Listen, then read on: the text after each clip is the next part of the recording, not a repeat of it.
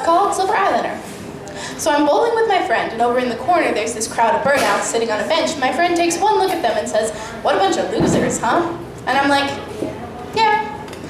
One of them is this tiny little Asian girl with smeared silver eyeliner. The first time I met her, we were both 13. We were both at this day camp for creative type kids because our parents didn't want to deal with us. And she came up to me and said, "Everybody in here is a loser." And I said, yeah. And we were friends the rest of that summer. We had sleepovers every night, and she gave me her art to put on my wall, and I gave her my stories to read, and we planned several road trips across the country because I was sure I could get my sketchy cousin to drive.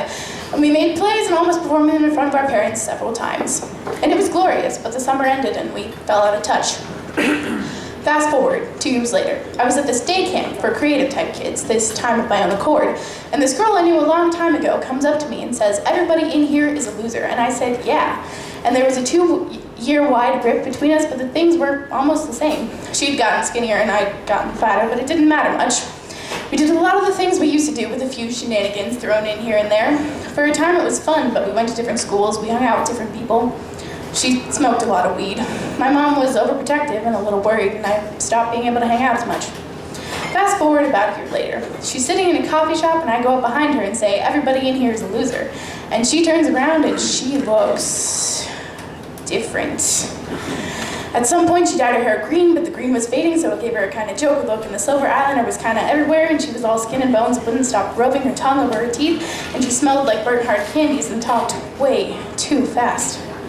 And for a while we chat, and before I leave, she asked if I've got any money. So I give her the $5 I was going to use on a latte, and she says thanks, and I leave. Fast forward, 2 months later, she calls me up and says she's going to die. So I get my sketchy cousin and we pick her up and take her to the hospital. And she looks even worse than before, but the nurse says all they can do is give her a saline drip because she's not in any real danger and she won't agree to be checked in. So I leave. 2 days later, she calls me in the middle of the night saying how sorry she is about all this, that she wants help, that she wants out, and I say, yes, thank you for calling me. We'll go in the morning. I'll be there with you every step of the way, and we will go in the morning. And in the morning, she didn't pick up. The next night, she calls again, and I say, we'll go in the morning. The next night, we will go in the morning, I promise. The next night, I said, hold on. I'll wake up my parents, and we can go right now. And she hung up.